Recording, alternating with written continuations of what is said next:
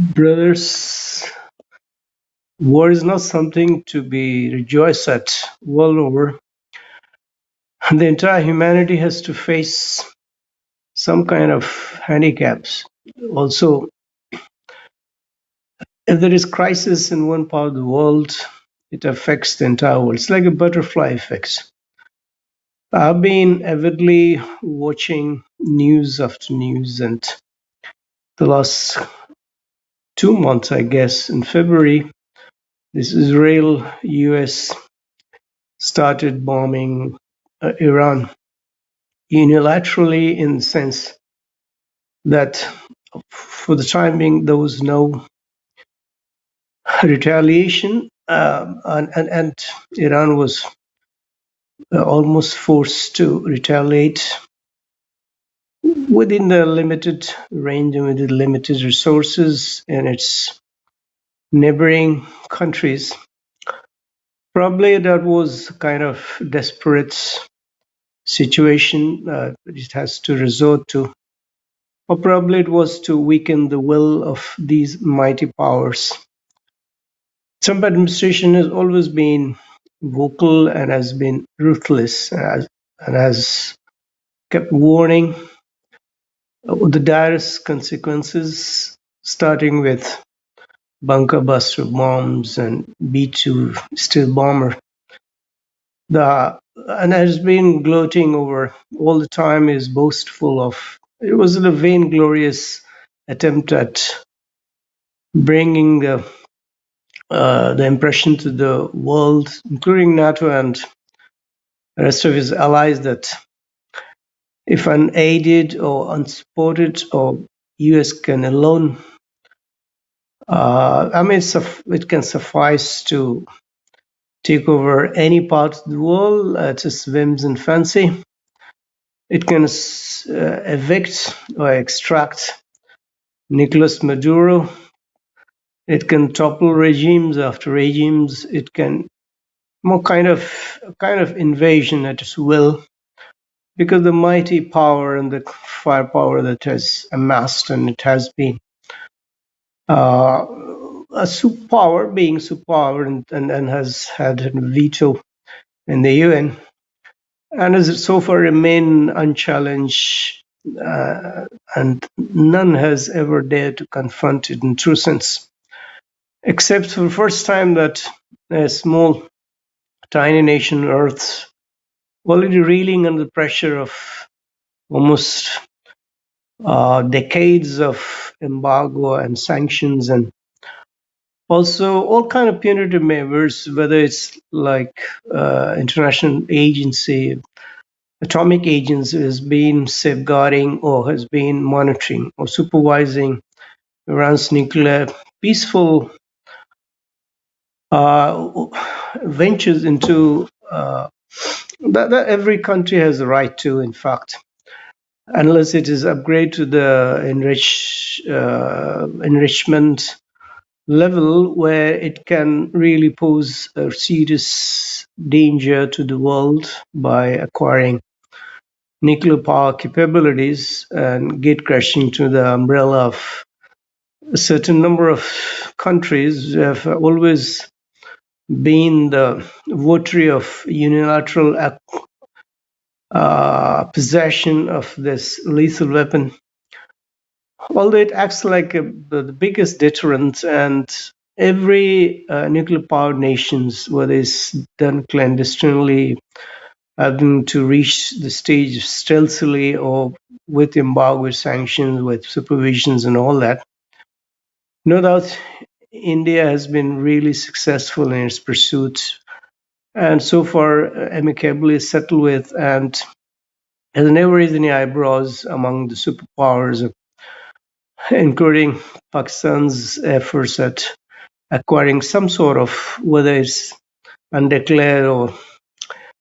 But the thing is that one nation has every right to obtain the technology, being invited by superpowers of enrichment facilities, whether it's for peaceful means or whether it's for destructions or weapons of mass destructions, under the pretext of which Many of the countries have been invaded by the US, and this US misadventure or enterprising uh, commitment to bring about peace and through regime changes, and also its lofty principles of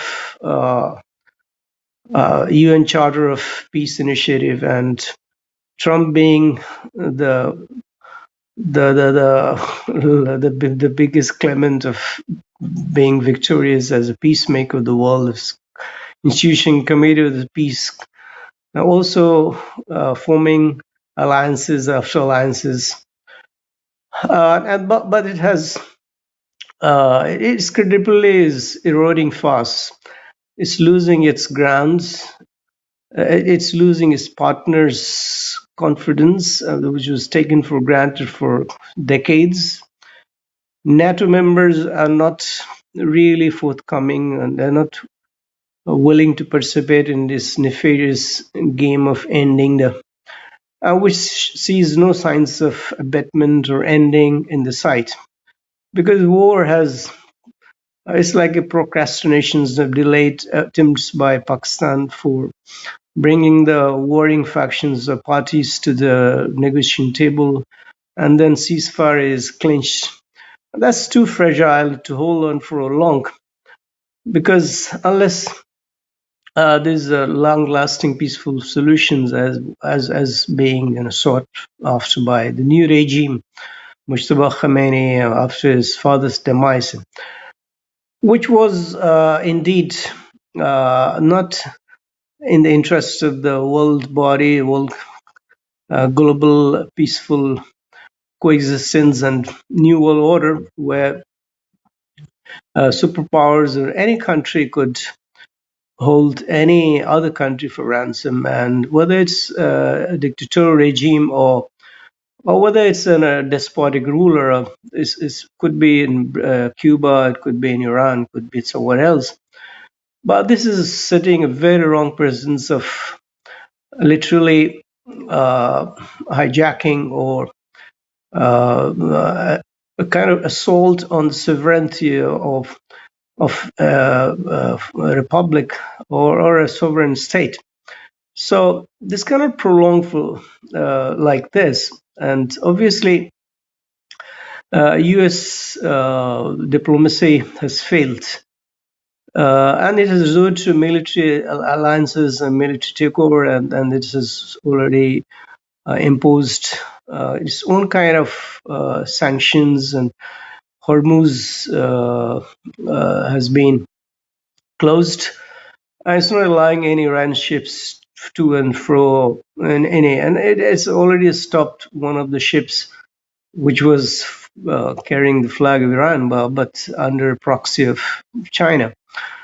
China being one of the prime mover of all these negotiations behind the scene, because China knows that the economic losses, that's huge, and worldwide, the world over, this crisis of fuel, and they cannot survive without these tankers being held, thousands of them, export, import, and style logistics in utter disarray. And all of us are bearing brunt of, in India, this crisis, in Pakistan, this crisis of energy, and even the aviation industry is at peril, because I've heard that Lufthansa Airlines are going to close their operations because of the scarcity of fuel. And obviously, we cannot go on without, and how far we can be careful with consumptions of the essential, like fuel for cooking, fuel for transport, and that adds to the burden to the commoners who are already paying the prices, and the prices are going, through the roof, which is beyond so this is a calamity sought after or wanted by some of the, warring nations, and I would call them, because it's not an attempt to bring about peaceful solutions to this long-held feuds among Arabs and Israelis. And Israel has already been into full fury and this epic fury, which is known as also there was a meme calling it as an epic fear. So no doubt, it's an imbroglio. It's a stalemate, a diplomatic stalemate. It's a and UN body is getting even more defunct with its ineffectiveness, with inefficiency, with all the world bodies at loggerheads, and nobody's listening to anyone's. So a small tiny nation like Pakistan is really commendable that it has come forward, bring about because of its leverage and its affinity and its trust building and confidence measures, and it has been there have been steps moving forward by Oman, and but all the traditional peacemakers, or say diplomatic efforts being made by the countries, have been sidelined. And for the time being, at least Iran and US also.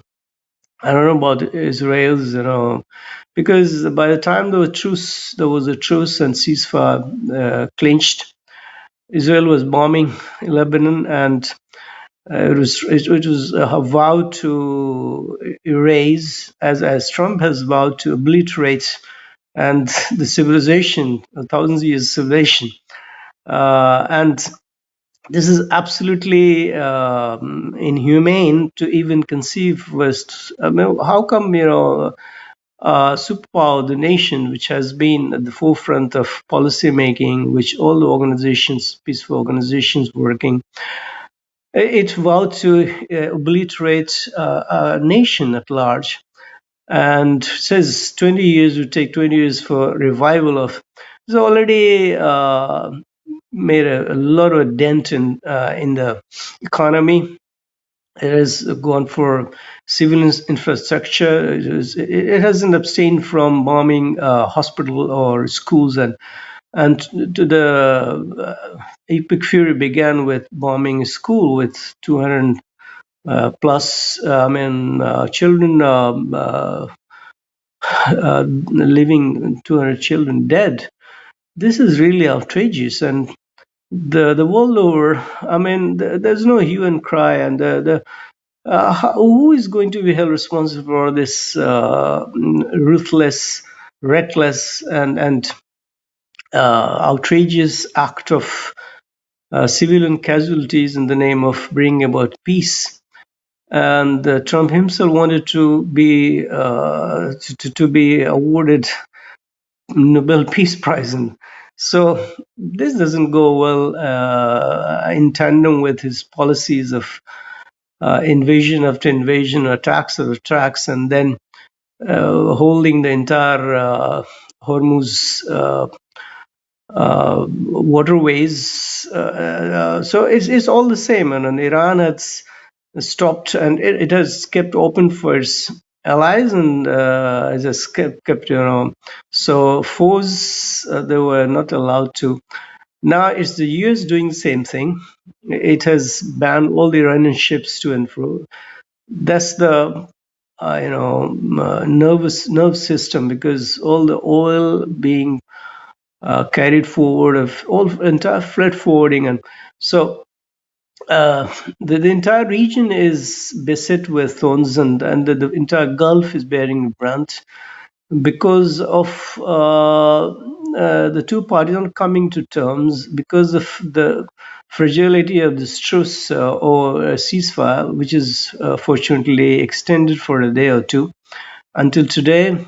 So Trump administration continues to threaten and goes with the blockade of its own, with its military might in the region, with thousands of Marine corps. Even ground invasions is not off the table, and is hell-bent upon almost the exterminations and annihilations of a civilized world, which at least has its rights to its own sovereignty, and is trying to raise the public anger against the administrations because of the poverty, because of the economic distress, and so this is not a way forward. And obviously, U.S. could have been thumping its chest and bring about,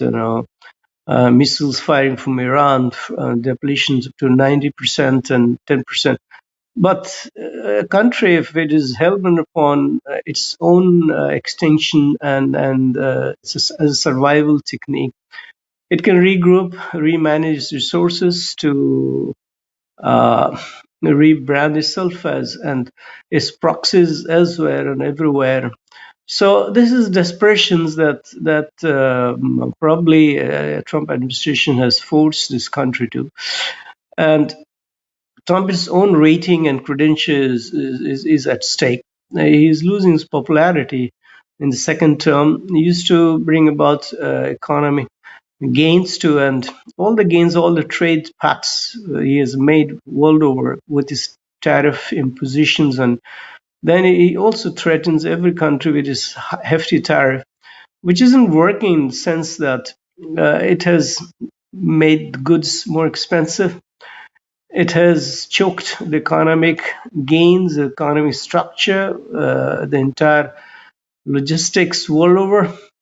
And it's not in the interest of the US as being the supreme commander, supreme leader, or the world leader, or supreme power with its veto, and to continue supporting an ally, Israel, which is all hell bent upon destroying the peace and stability in the entire region. And it has its own hidden agenda of extermination of certain populace, and in the name of its high and lofty principles of its own religious beliefs and all that. So what's lying ahead is not at all in interest of any of the warring factions, warring communities, or warring countries. So what I mean to say that it has never been interest of any part, any community, any to continue waging wars one after the other with loads of depletions, own forces, and force also is stretched to the point when they don't have any appetite for further raging wars and continue fighting because resources are limited, and we always had depletion. Whether it's a superpower, it's a small nation. Moreover, whatever is being squandered in the name of military build up, arsenals, and capacity building and all, could have been spent for human welfare. Well, on the one hand, the NASA is sending astronauts to explore the possibility of inhabiting Moon after 50 years, and I was really. It was a dramatic irony for me that the moment Trump was threatening to exterminate the Iranian civilization to the point of its obliteration for the rest of the centuries, even not shying away from attacking energy facilities and civil structures, and it has already blown a bridge. And bring the regime to bow down, to bring to his knee, feet, as if the rest of the world is the command of the other country. It was congratulating those super astronauts who had spent around 10 days, and I have been watching every move and every experience of those guys, which have been made possible after 50 years of his adventure, first landing, first steps in the moon, which is not really very exciting to. But since AI industries are trying to build AI cloud centers and data centers because it's maybe cost effective, fuel efficient, energy efficient, and all that, because the Earth cannot support. So on the one hand, we're trying to congratulate those people, and US being one of the prime adventures stepping into this world where we could think of from the moon base stations, and then interplanetary civilizations getting into Mars and all that, and having every country having hoping to ascend, as a tourism. And on the other hand, we are destroying this green Earth, which is the only green sustainable planet in the entire galaxies, any galaxy so far being unraveled. Earth is the greatest, the most wonderful, is most beautiful place to live, and that's the only promising land for entire humanity to survive, regardless of the advancement technology. And so what's the point of ravaging, leaving this is full of and lots of teething issues and beset with thorns of discord and feuds, and then thinking of moving to, or migrating to altogether desolate, dark space. I mean, it's all dark on the moon, and there's nothing which is exciting. And I couldn't even conceive of spending a day or two if I had a chance to. So let's say for Mother Earth, let's learn to coexist. Let's learn how to dismantle our lethal weapons and all intercontinental and ballistic missiles. And what is the point of building of so much of? And there's an blind arms race. We have already been to rest for around 50 years, and there was a new world order coming up with them. And I was really hopeful of having one of the best, era in our world over, because what you could achieve, as in scientific domain, we can we could find the cure for all the diseases with artificial intelligence into deployment and our services, and lots of promises, quantum computing and all that.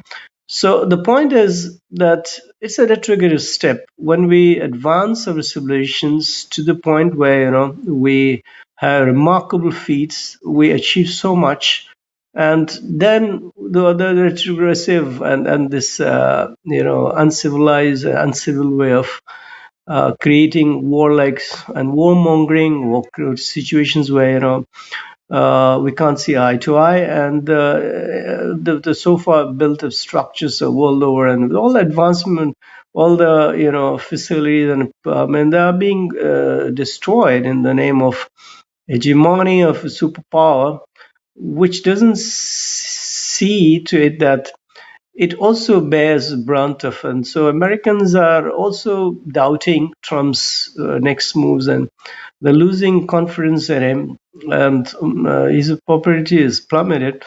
In fact, Americans are also paying the price, the like every gallon of oil is costing them $5, and so if the world has to be brought to a standstill, and it's a grinding halt to the entire progressive steps being achieved. The world bodies of every country should convene a special UN assembly where they should vow for not waging wars, and they should have a clear-cut policy. And let's have a world government. I was thinking on the line of why can't we have a world government? Well, all the world bodies, they set their agendas together for the upliftment of the poor, find disease for all the, find all the, a cure for all the dreaded diseases. Let's have the environmental pollution under control. We'll have the climatic welfare states. Let's be the steward of this land, Earth, which is already parched beyond measures, and which wants its own inhabitants to take care of itself. So being a steward of this Mother Earth, I would really appeal, and there's impassioned plea to the world bodies and the world government, the world leaders, and how so powerful they are. But they cannot take the whole entire Earth on ransom. simply because they want to continue ruling the roost, want to continue retaining the hegemony of the rest of the world. And this is not done, in fact. So hoping for the best, and I'm really pray to Almighty that sense should prevail upon every parties that loggerheads, and in every country should. Let's hope that the ceasefire is turned into a lasting solutions, amicable solutions, where Iranians have the right to enrich them for the peaceful means, and U.S. doesn't have to keep imposing sanctions and wage wars and wars, and Israel, the nickname of having a warmonger everywhere. I mean, let's not destabilize this world, you know. I'm fed. I'm sick of this kind of nefarious activities going on. Because I've seen the world in peace. I've seen the world growing into progressive nations, and we used to have a developing nation status for many of the struggling nations. Now we don't have any such developing nations. Most of the nations are developed in one sense or others. It's a derogatory to say that we are embarking on the 21st century civilized world. How can we take this world forward with all the claims of civilizational upliftment and civilization transition to interplanetary world, with all these wages and wars being waged, and all the feuds and conflicts not being settled? Wishing everyone peaceful coexistence with the entire humanity, not just one nation, everybody.